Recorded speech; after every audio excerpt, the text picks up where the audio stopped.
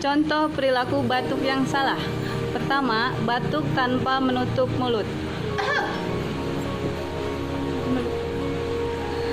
Kedua, menutup mulut menggunakan kepalan tangan. Ketiga, menutup mulut menggunakan telapak tangan. Keempat, batuk ke samping. Etika batuk yang benar adalah menutup mulut ketika batuk menggunakan tisu.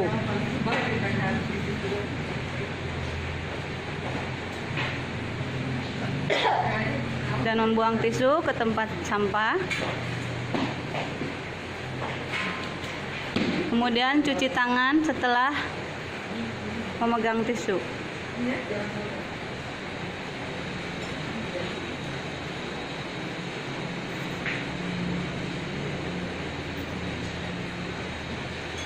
Atau menutup mulut ketika batuk menggunakan siku.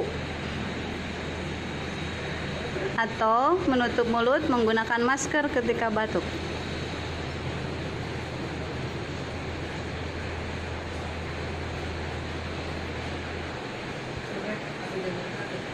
Demikian perilaku Anda yang baik ketika batuk agar penyakit tidak menular kepada orang lain. Terima kasih.